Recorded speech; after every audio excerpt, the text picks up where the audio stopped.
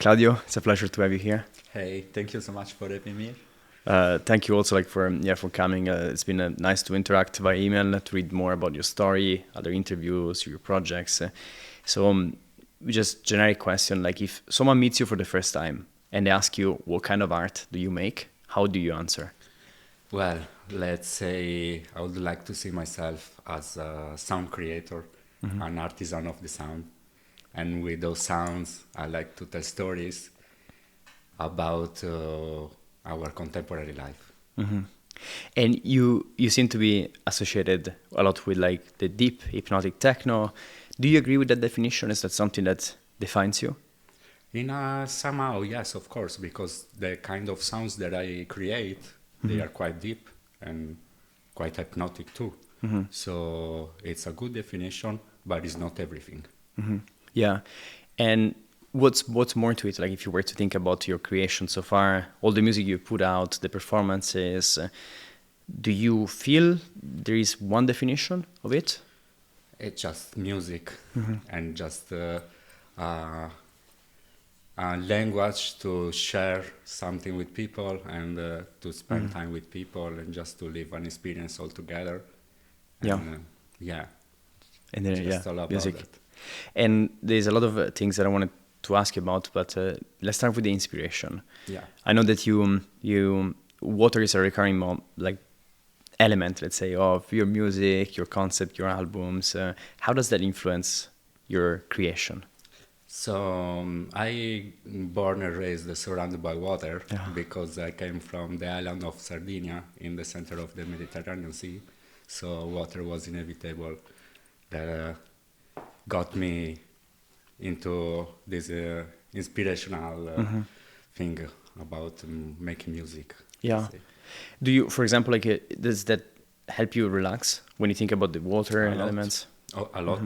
I still, every time I go back to Sardinia, one of the first things I manage, and I try to do, is to take my car and go straight to the beach and just stay silent, have a walk in front of the water and just listening the sound of the waves and just take this time to think about that precise moment, which I'm not connected with anything else, just with nature and just with the sound of the water that let me meditate a lot, like if I stop to listen it, of course. It's very beautiful. And what do you think about water that like gives you this kind of like meditation and helps you to space out? Is it the color, the sound, something else? About the sound mainly, of course, because in somehow this repetitive sound of waves that are always coming and go, they inevitable put you in a meditation state, into an immersive state.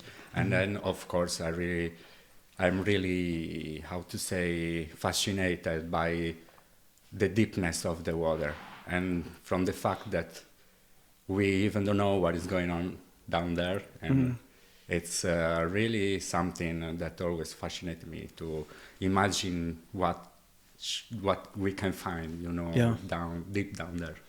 Just a quick word before we go back to the interview. Thank you so much for watching or listening to the podcast. I'm Joseph, and this is the HoS Sound Studio. If you enjoy this content, please consider liking and commenting on this very episode, and also following us on the platform where you listen to or you watch the podcast, but also follow us on social media. If you have suggestions of guests that you really would like us to interview, see the link in the description. There's a form where you can submit suggestions for guests, and also if you have questions for them. Once again, thanks so much for watching and listening to the podcast. We love what we do. I hope to see you soon on a dance floor. Yeah, so it seems like it sparks your inspiration, like your imagination as well. Yeah. When you then go into the studio, is the element of water something you think about consciously, or just it's just there, but you don't really think about it? Let's say that the thing about water just give me this kind of mantra, repetitive mantra to make things, so just the vision, as I said before, the waves that always come and go in a kind of hypnotic way, they bring this kind of feeling. Of course, I somehow translate into making music as well. So I have this kind of mantra, repetitive mantra, which in somehow we can relate to waves, let's say. Yeah. If I was Yeah, clear. to describe it. Yeah. And also, does that translate into performances? The way you perform, you do a DJ set. Yes, It's similar. Same. It's always similar. It's like a flow, like a flowing water going and through events and moments and impressions. So, yeah, I like to see it like a river or water, whatever, which is flowing. Yes, it's never stopping, but like flowing through things. And for example, when you create music, you're producing compared to when you play. Does the way you want to play? Sometimes, most of times, yes. Let's say yes. Yeah. Also, the music that I play in the clubs, it brings me to produce some certain kind of music in the studio. So both things influence each other. Yes. Yeah. Was there any particular performance that, in the past? Like I've heard a lot about Japan, your experience in Asia as well, and there's also like something about Tunnel in Pereira. I want to ask you about that experience. Were there moments of where a venue, a crowd, a moment really inspired something like a certain album or EP in the past? Yeah, there were a lot of moments, that inspired me so much. I really like to watch the people while I'm playing and to see how they are feeling the music and how they are living that precise moment and how they are behaving with each other. And I really like, especially when I see people like with closed eyes completely, like let them lose into the frequencies of the music. And those moments are really precious for me, and they give me so much inspiration and so much motivation to go back in studio and make music. Yeah. What inspires you currently? Normal life, let's say, everything that happened in my normal life or that surrounds me in my life, moments, trips, gigs, food, whatever that it regards my surrounding, And are there recurring elements that specifically, you mentioned water is one of them for sure, but like are there other things that in this moment in your life, I know you just finished an album that is about to release on Delsin, and I want to ask you about that too, but is there something that is particularly giving you inspiration or? I'm constantly inspired by every kind of sound that I can listen when even I'm walking in the street. I'm really attracted by every kind of sound that are playing in the moment, So I usually use so many field recordings when I produce my music just to have this more immersive experience into the music, and just to bring the listener to have this completely immersion into what I really want to tell in that precise track or album. So every kind of sound from trains or airport sounds or nature sounds in general, they are really important anyway in my music production, let's say. Yeah. So you mentioned like field recordings and stuff, like do you carry how do you record like a Zoom, a Tascam or something like that, but do you record with your phone as well if you Yes, mainly with mobile, because it's just a matter of a moment, an instant. So I need to be ready every time to when I get catch from a sound and need immediately to record in it. And I wish to have my Zoom every time with me, but it's too big. So the mobile is still okay. Yeah. Do you also record things in the city? Yes, of course, a lot. Yeah. I like to record train sound, urban sounds, or in the park. And when I see also kids playing, I really like this kind of things. Yeah. I like to conceive like a word, like a big orchestra of sounds, and which are not at all like noises for me. They are really sounds. So they really attract me so much, every kind of these sounds.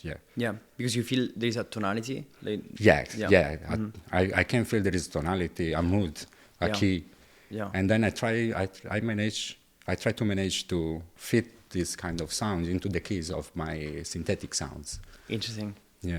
Does the, let's say, real sound come before the synthetic sound?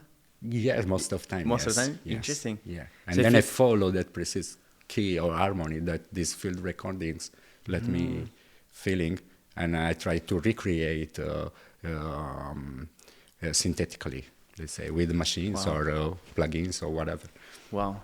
For example, you would record something today, then it goes into your hardware somehow. Yeah. Then you go into the studio, you open up the file, you really like the texture, Yeah. the noise, the sound that you recorded, Yeah. and then you would start playing and jamming with synthetic sounds. Yeah, definitely. Yeah. These are one of the process that I use when I make music. Yeah.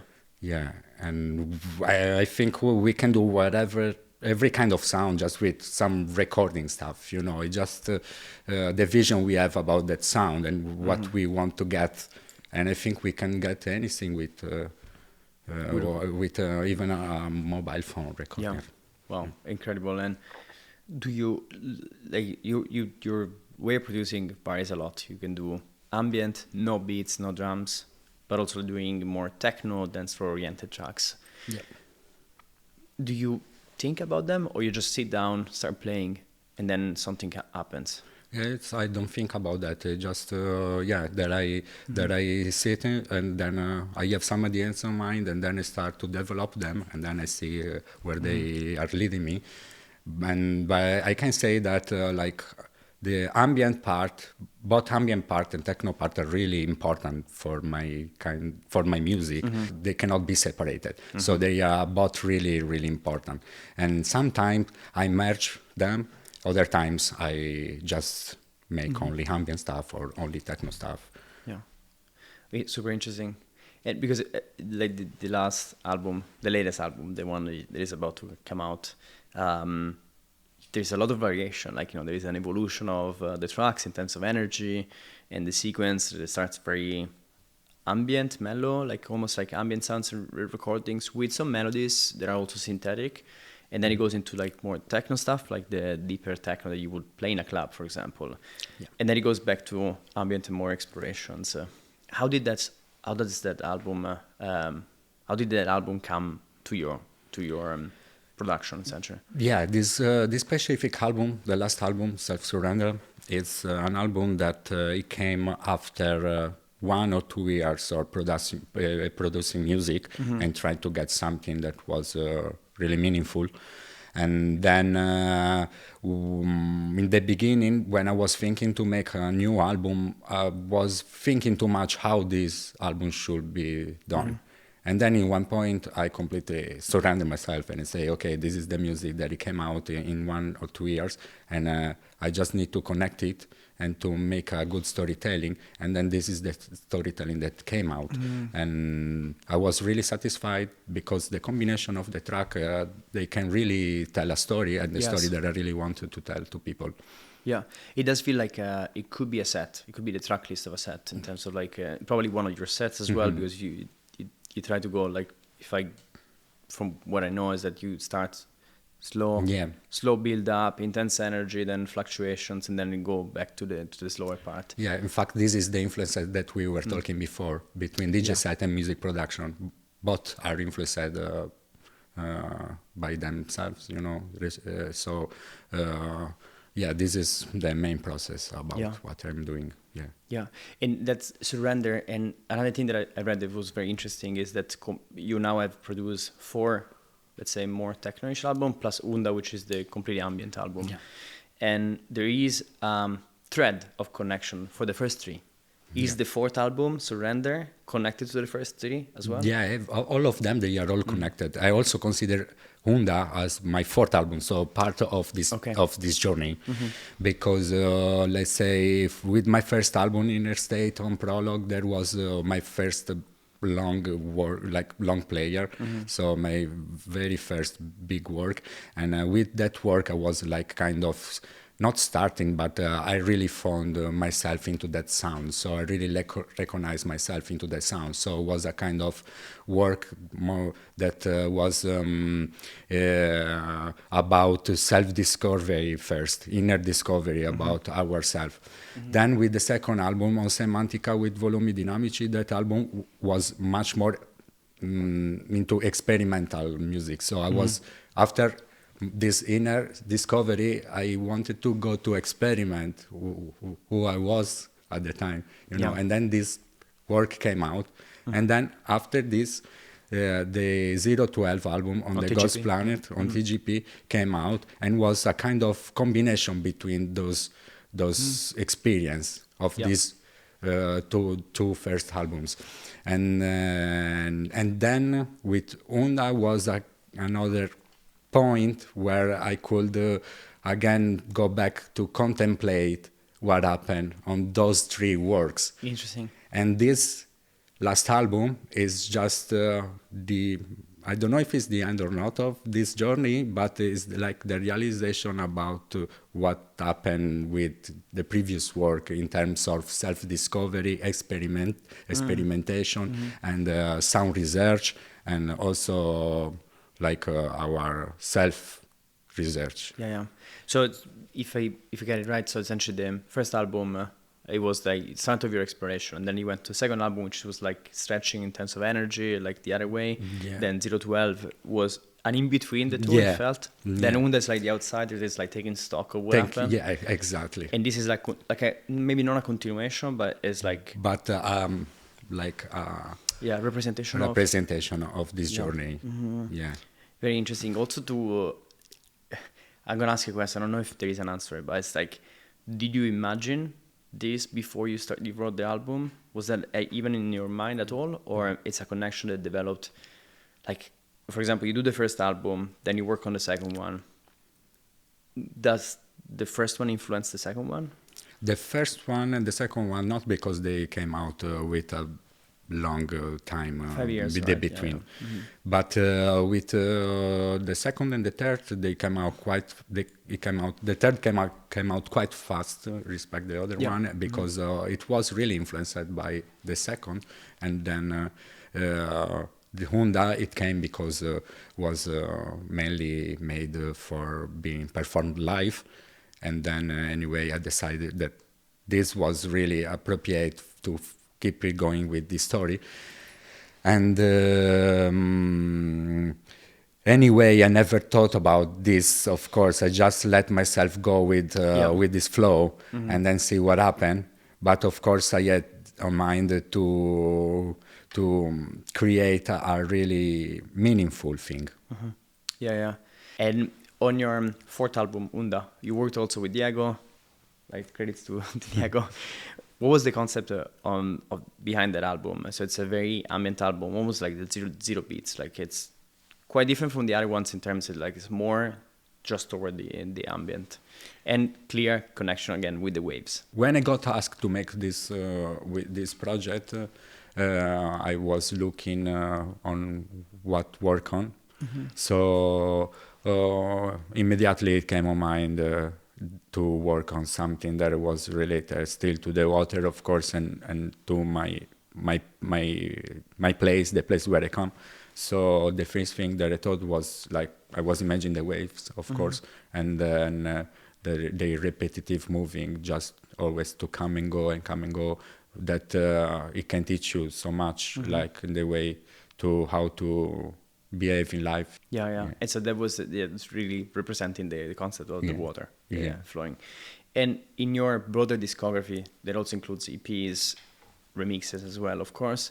Is there a track that you thought was not that good, but received a lot of attention, a lot of appreciation? Most of my music, I have to say. Really? I don't want to say that I'm never happy with the music, with the final result of the music that I do, but of course I always want to do more, to rise my limits more, you know. Yeah. You feel that, for example, that it sometimes limits you as well, because then you feel you have doubts on the music. Did you learn how to still release the music? Yeah, because at the end, of course, I like it. Yeah. I like it, but I'm never happy like 100%, but I cannot go crazy with this. I have also to accept the fact that nothing is perfect, and imperfection is fine. Yes, so, and then release it out. And then I say, okay, let's do it. Next one is going to be better. Yeah. Is there any track that you released so far, one single track that for you is very meaningful, that you feel connected to? More or less, all the works that I did, really feel connected with all the works that I did. It's really difficult to pick up like a really favorite one. Yeah. Yeah. And for example, in like there's also like some EPs that you released over the years, like on Delsin or other labels. Is there one of them that feels connected to the album somehow, or you feel that the EPs is almost like a different story? No, they are still, they can be part of this last album because let's say in a technical level, I use the same instrument that I used to make those EPs. So you can feel anyway that kind of touch of these particular sounds that I use. So and also conceptually, yes. Of course, the album is less techno compared to these EPs, but they are still part of the journey, of course. Yeah. They feel still part of the story that you are telling throughout the albums. Yeah. The album is more concentrated, let's say. Yeah. There's more space maybe to give to the story. In terms of, for example, what is your production process when do you make music every day? I try to make music every day, yes, when I can, because I think I'm in constant working, always working. I feel that I have always to create something. So every time I have the possibility to make something, I always sit in the studio to make some music, and there is not a specific way to I make music, like to start, for example, or something, because it depends from the moment. I can start from a kick drum or just an atmosphere sounds. There is not like a precise process. Yes. And do you tend to have long sessions, or you do a lot of short sessions? I try always to make like a long session because I want to preserve the energy of the track of that moment, because most of time if I keep going with the same track for long, it loses a lot of energy, I think. And then I'm not satisfied at that point. So I'm trying to make everything like as fast as possible. Exactly. Okay. Yeah. And do you have, like, in the studio you sit down for long hours, or you do, like, I don't know, a sprint of like 1 hour, 2 hours? No, I sit all the time. Yeah. Wow. Okay. Yeah. And with traveling, for example, like, you have gigs, you travel frequently to play in other countries. Yeah. What's your routine in a normal week? Do you spend time in the studio weekdays, every day? Not every day, like maybe two times per day. But I prefer mainly to make music in my home, in my private place, because I feel much more into my bubble, zone. let's say, into my zone. So and then I have another studio where I use that to go for make just the mixing of the track. So in that studio physically, let's say I can go 1 time, 2 times per week maximum, and for the rest of the time I spend time in my flat, making music in my flat. And the studio comes after to check to get a reference. Yeah. Did this process change over the years, or was always similar to this? More or less always the same. Yeah. And then, so I wanted to ask you about your DJing. So you've traveled, you had a lot of meaningful gigs. There's a lot of places, Japan, for example, in Asia, that like the type of music you play. But also, there is a specific place, Túnel in Pereira, right, Colombia. It's a meaningful place. I've read the story. Can you tell me a bit more about the story? Yeah. Of course, Colombia is really, is a place which I'm really very well connected, both mentally and physically, and with the people there.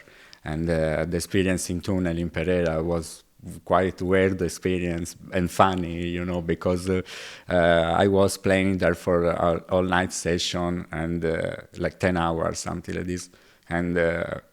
And then suddenly we saw the police that was there looking at us and checking if everything was going good.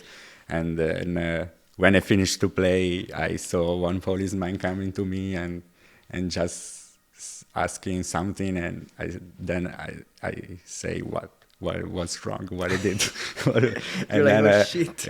And then he started to smile me with this beautiful big smile, and it say, can we take a picture, because this party is so beautiful and you guys are so beautiful. And so then I say, wow, okay.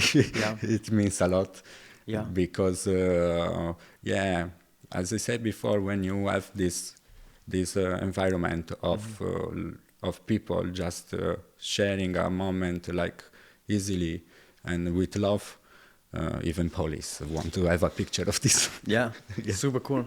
Yeah. And what made it special? What was special about that party in particular? Was the people, because the people there they really react to every kind of music you propose to them. They really want to listen a lot of music. They are really interested to listen any kind of stuff. So, and then of course they put a lot of energy on dancing and supporting you during the DJ set.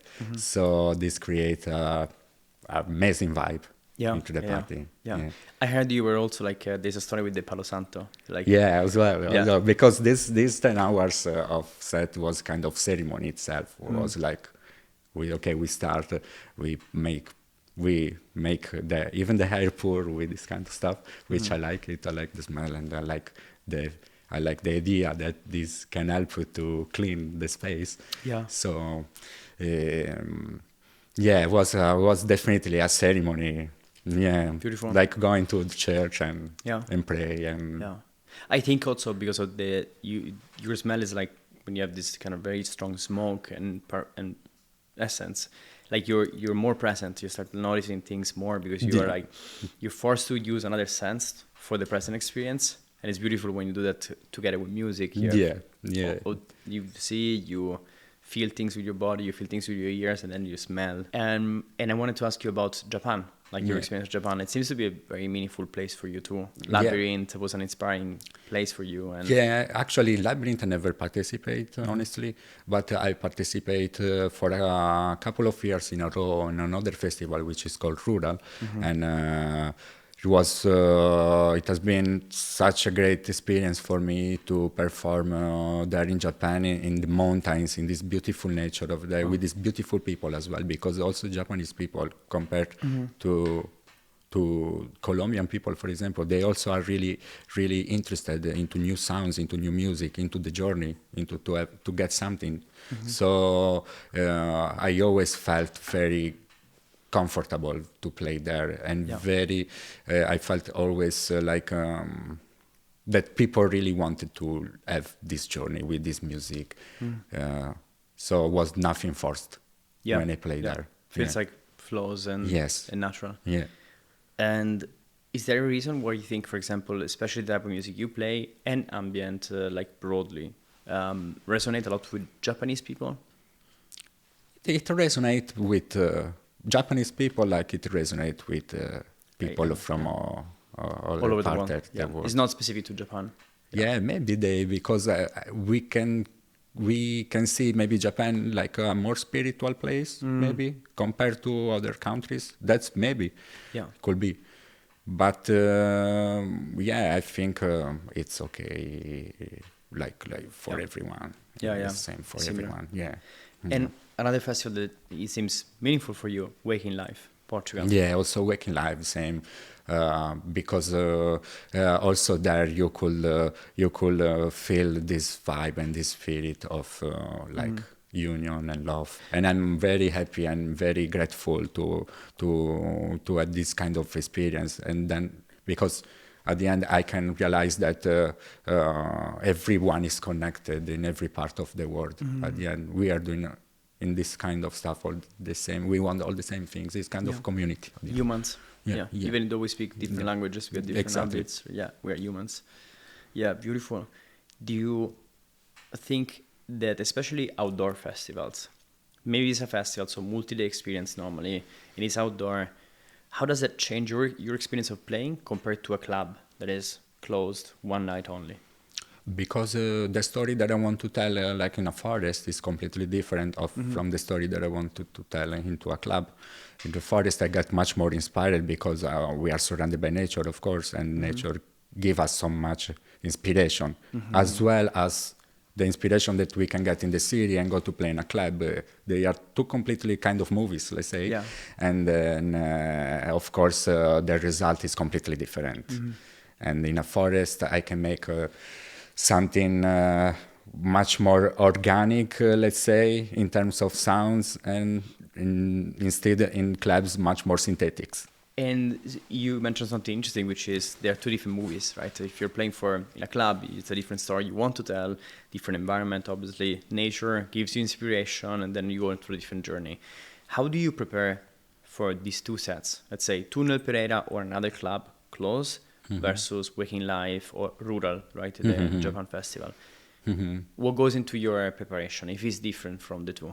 It can be different, of course, because also I get inspired by the place where I'm going to play. If I play in a festival outside in Japan, I got inspired by the nature of the Japanese mountains, of course, and also about the music of the popular music of Japan, for example, also, because I really love also like popular music. When I travel, I always try to get the local music as much as I can and bring it home, and just to get inspired much more for my next performance, you know.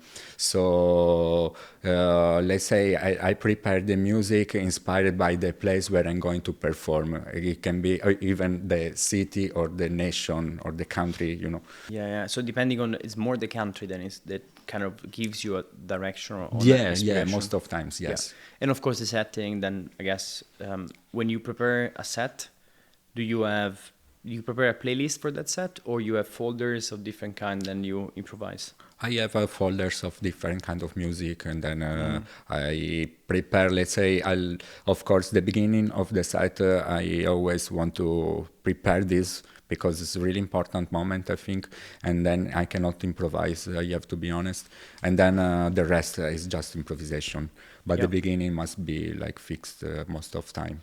And then, for example, have you had any crazy situations during a DJ set, or hard, challenging, fun situation? Yeah, many times. Yeah. Okay, about people that sometimes they go too much. They're like too intense. Intense. Yeah. But it's fine because at the end they didn't have never something wrong, you know, or something very bad at the end. Funny moments, of course. Yeah, funny moment. They probably also like make it interesting for you. Yeah, it's a memory, right? If they are not so much stressy, yes, of course. Yeah. If they respect, of course, there is always a limit on everything. Yeah. I think. Someone a few years ago, I was in a festival outdoor, and it starts raining, and then, you know, the majority of people are like, "Oh fuck, it's raining," you know, like everybody was complaining, and then this person came and was like, "It's so beautiful. Now we're gonna remember it even more because it's raining so much." Yeah, exactly. It's cool. It's cool. It's just a matter of living the moment. At the end, why we should not dance under the rain? It's raining. We are there for that. Yeah, exactly. With the rain or without the rain. So. It's just a different experience, but is that better or worse? It's just different. It's just different. Maybe it can be better. Yeah. No? And I wanted to ask you also about your influences. I have read in other interviews that you have been inspired by the Detroit techno. Rødhåd, big inspiration for you. Jeff Mills, of course. And then you've been inspired also from the early 2000 movement of elettronica romana or Italian movement. Donato Dozzi is still playing and producing a lot of music, and of course now one of your collaborators as well. And what do you think? So there's a lot of people in the deep hypnotic techno who are Italian. Is there a reason, do you think? This is a question that many times they ask me, and I actually don't have any idea about that. But my idea is that if I have to say something, that I don't know, maybe because we are part of south of Europe and the climate is warmer, and we are more close to Africa, so this warmness of the African music maybe could influence us by the years, and then this deeper sound came out, but I don't have idea actually. Or also maybe because at the end we influenced us by each other directly, and then Yeah, then it starts becoming a kind of a feedback loop. But Exactly. In a good way, yeah. But yeah. Yeah, and I've heard also you, Pansonic, big inspiration for you, Mika Vainio. Of course. It's sorry, go ahead. No, No, I wanted to ask because you have, let's say, concrete club music, the beginning of techno, Richie Houghton as well with Minus, but Rødhåd, and then you have Mika Vainio, super experimental, like completely crazy music, and then you have the, again, more concrete clubby, but warm, as you mentioned, Italian, Elettronica Romana. What are the things from these three are reflected in your music today? They are still resonating into my music, of course. They are still really a big source of inspiration for me. Forever, they will be forever a big inspiration for me, of course. And maybe the music that I do is just a combination of all this inspiration between Mika Vainio or Plastic Man or Donato Dozzi, for example. Interesting. Yeah. Yeah. So, yeah. Yeah, it makes sense. And then at the same time, I think also you develop your own voice, right? It's a Claudio PRC track. Yeah. Do you think, my question is like, how do you get a very strong influence from someone and still develop your own sound that is not a copy, you know? Because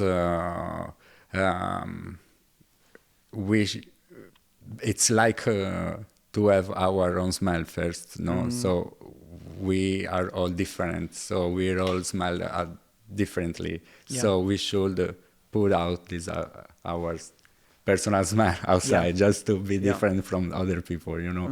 And of course, to be inspired is one thing, to copy is another thing. And there is nothing wrong to get inspired from some artist, but of course, the thing is to find your smell. Yeah. At the end. Yeah. So your own way to. Your own way to. And this it's just like this. I mean, I cannot even imagine why I not should be me and pretend to be someone else. I even not imagine something like that in my mind, to be honest. Yeah. Does it ever happen to you that you're creating a track and then you feel it's too similar to an existing track that you heard, then you change it?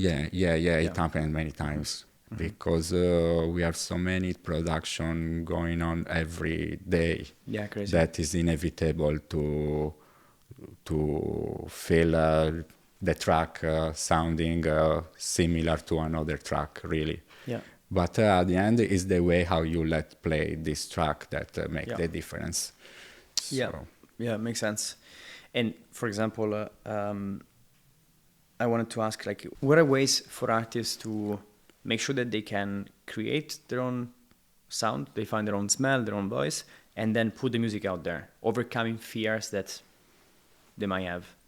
Yeah, I think first of all is a matter of if you want to get something or not, if you want something in the life or not, and then if you really want something in your life and you put this point in your mind, of course, and you want to reach this point, you are able to reach this point in the most honest way possible, you know.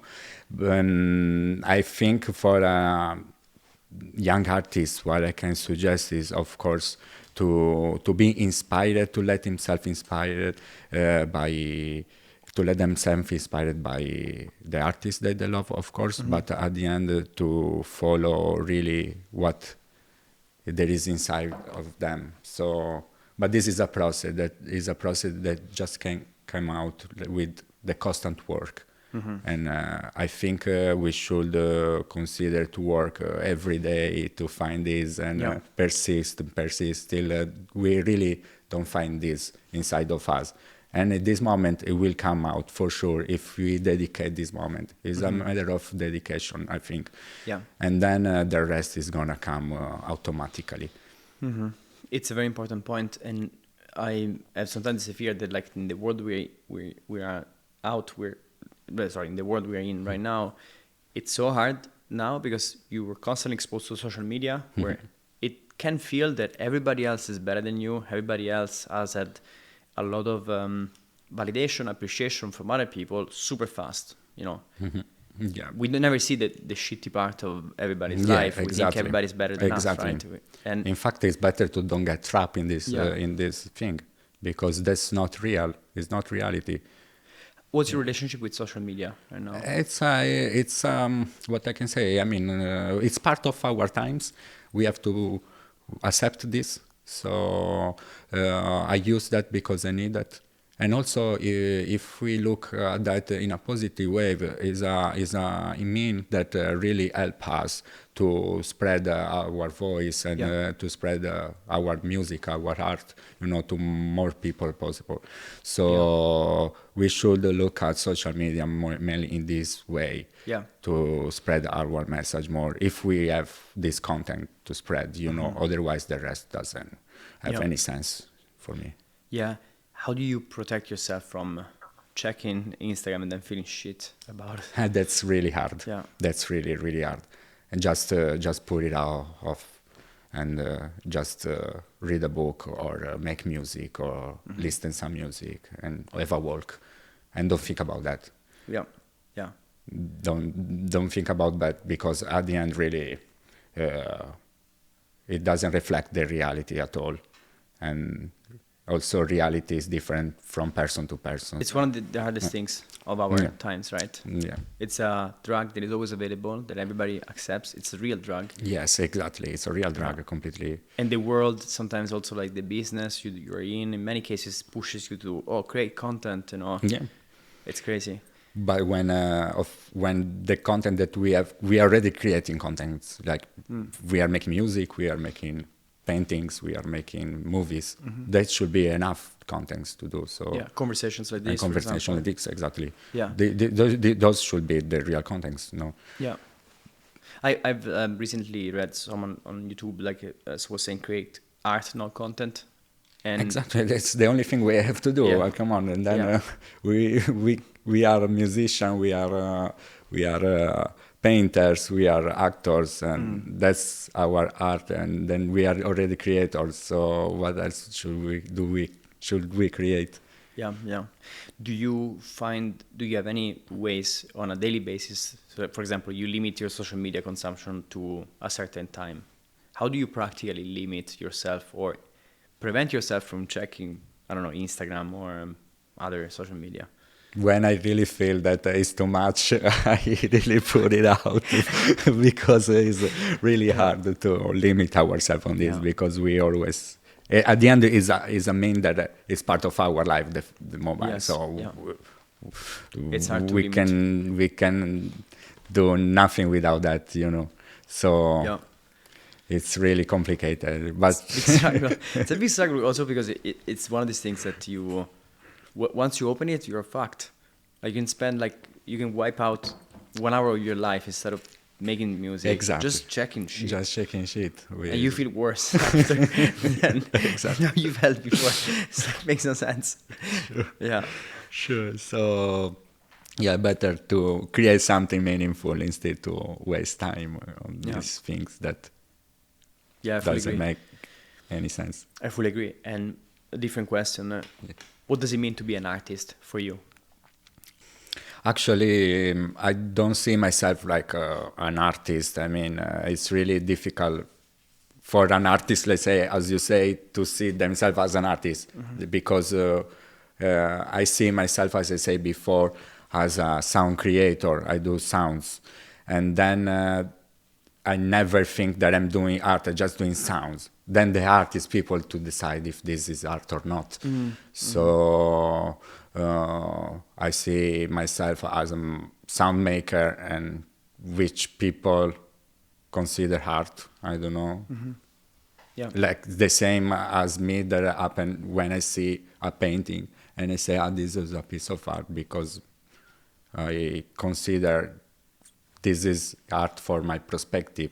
But maybe the artist doesn't consider an artist at all. Because it seems like for you, you have a craft. You're producing sounds. Yeah. You're a sound creator, and then what would make it not an art? Let's say.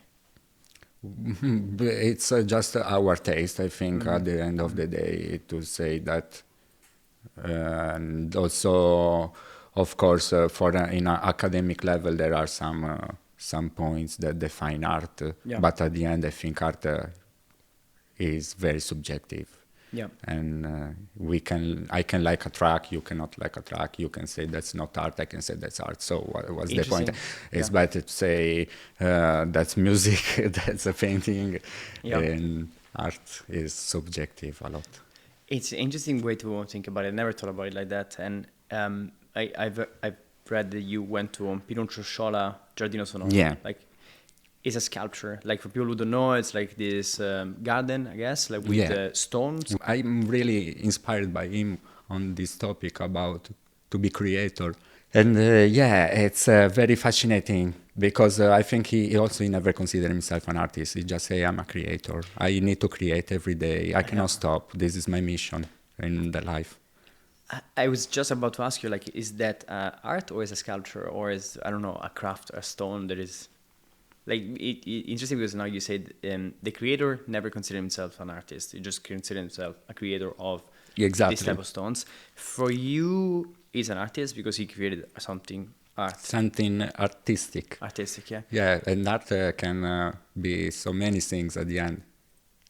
Yeah. What's the definition of art then, in your view? It's making creation with love. Mm-hmm. And if you manage to let people feel this love, that's art, maybe. Mm-hmm. Yeah, so if someone feels something on the other side. Yeah, because art, for what we know, it must move something inside of us. There's a, Rick Rubin, producer, like massive producer, super important. He wrote this book called The Creative Act. Amazing book, like really highly recommend to read it. Thank you. And he says it's a devotional practice, art creation. Yeah. It's like just pull something that is like without an expectation that would exactly. do anything.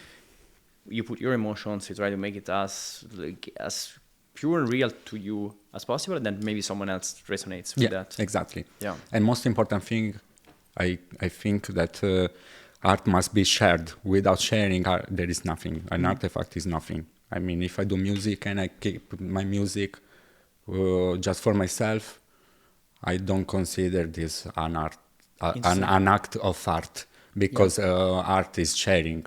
Yeah. And for someone who is in that journey and is questioning whether they would share their creation or not, what would you think would help them move away from the doubts and then say, okay, fuck, I'm gonna just do it? Let's say there's someone who is creating a sculpture, is not in Berlin, it's not even in a major city where there's a lot of artists that would support them.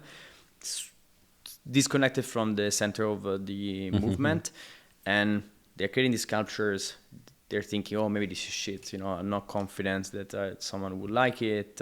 How can they get out of that mindset and then actually put the stuff out there? Because in one point, if you consider that you have done something meaningful, at the end you really want to share with other people, of course. So, but this is just a matter to feel it inside yourself, that you really feel that you did something meaningful. And then, of course, you want to share. Why do not share?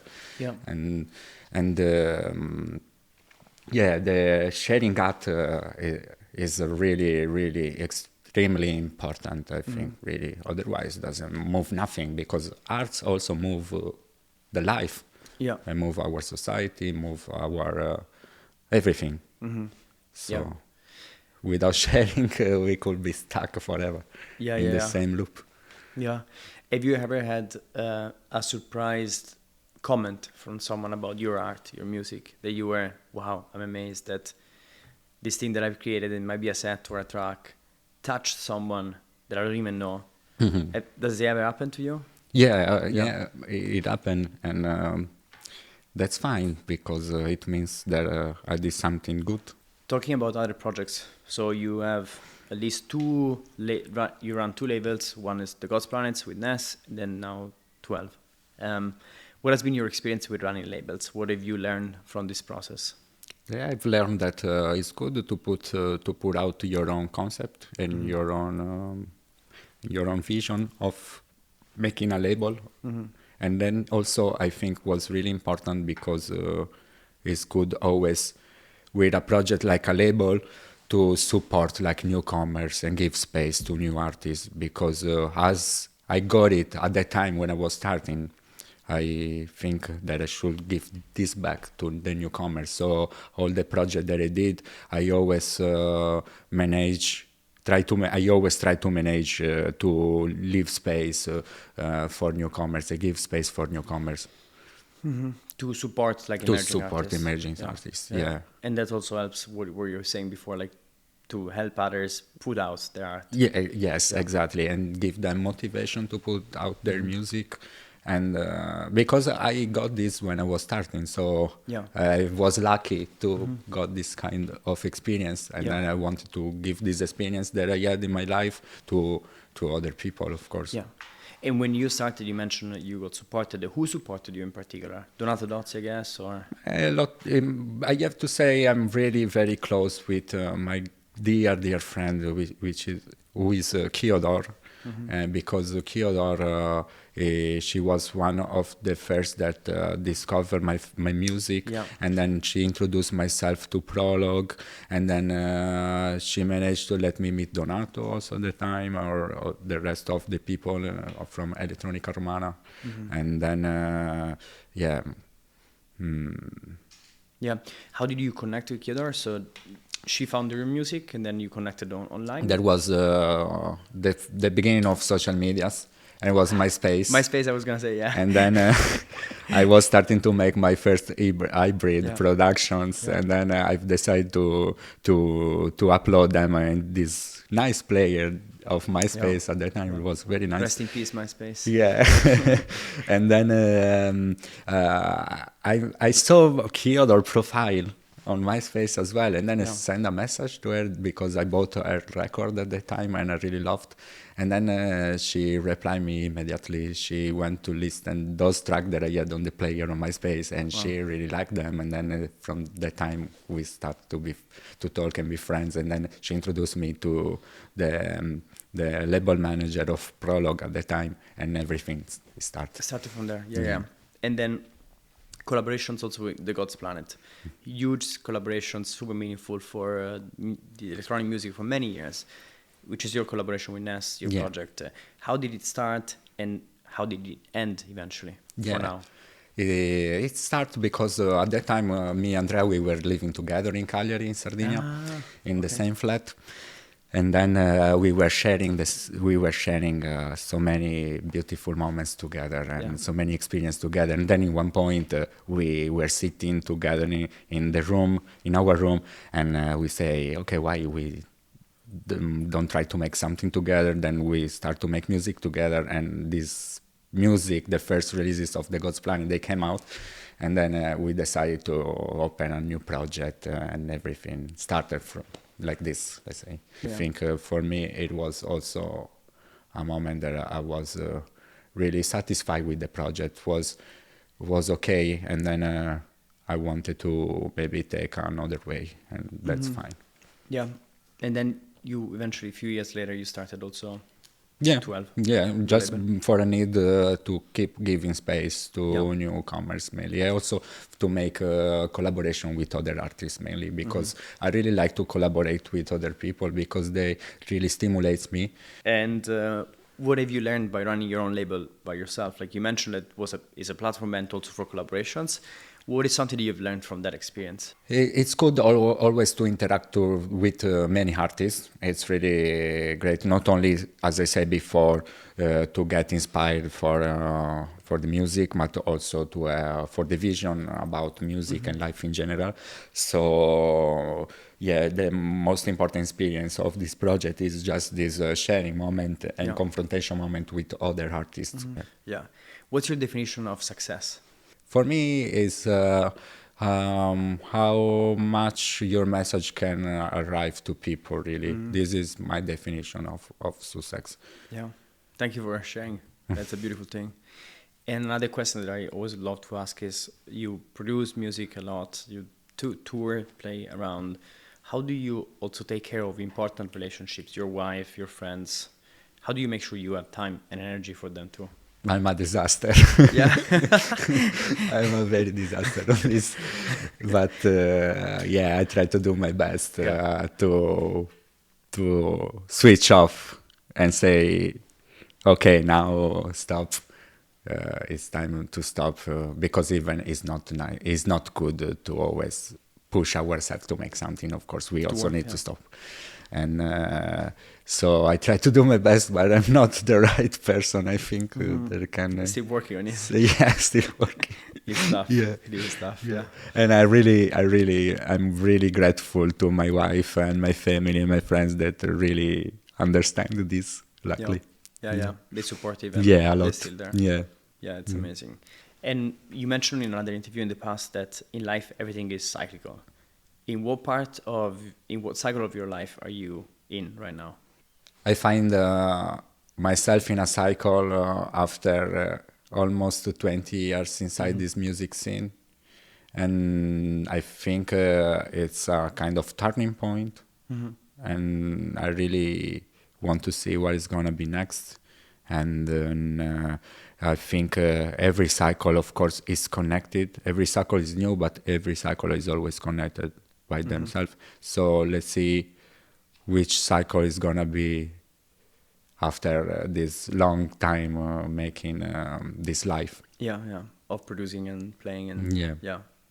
And as long as you keep flowing, it will go well. Yeah.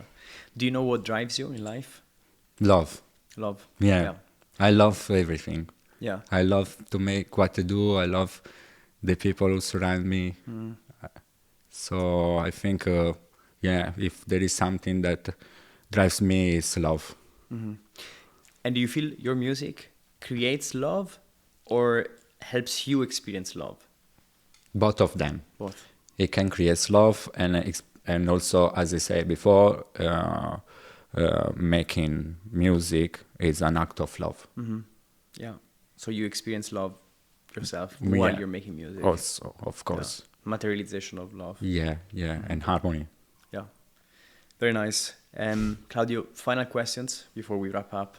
So Claudio, I will ask you some quick questions. Answer the first thing that comes to mind. What is the first thing you do when you wake up in the morning?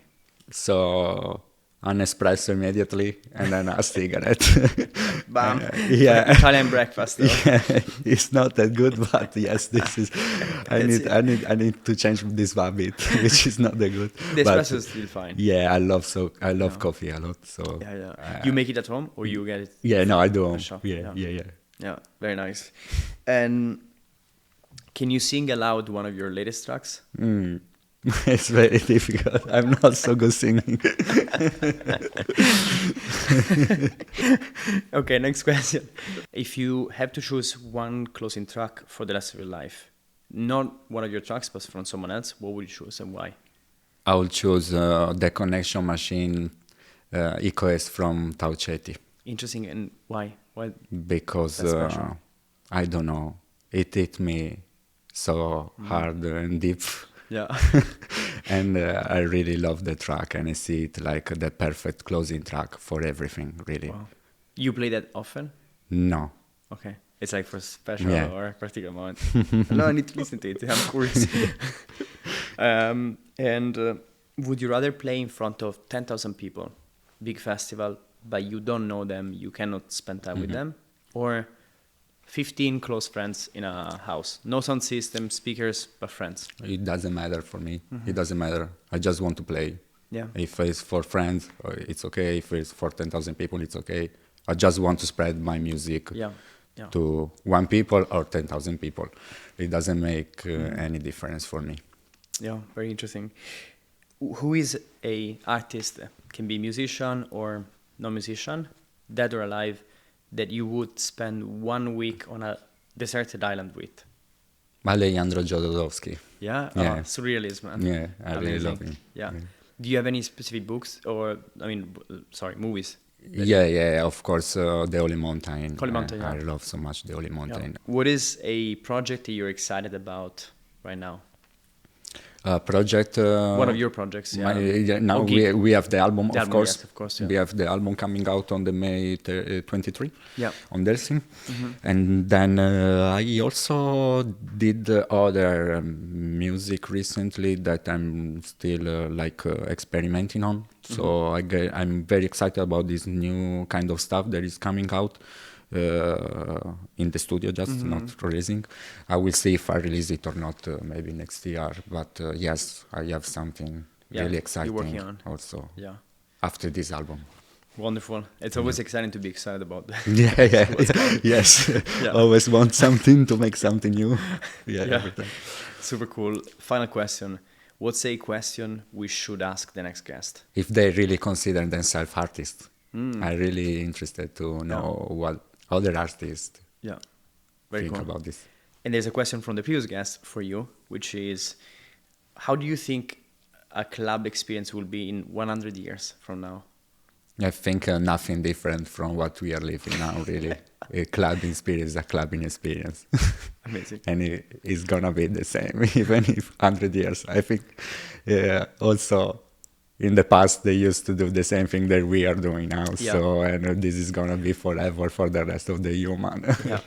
Probably true. Probably different sound system. Maybe different sound system. Maybe we are going to listen to music in a different way. I don't know. From inside the From brain. inside the brain directly. It can be. You can turn. But the act to gathering with people is going to be the same, because it always been like that in the human history. People always used to gather. So, and then club is just is about gathering mainly.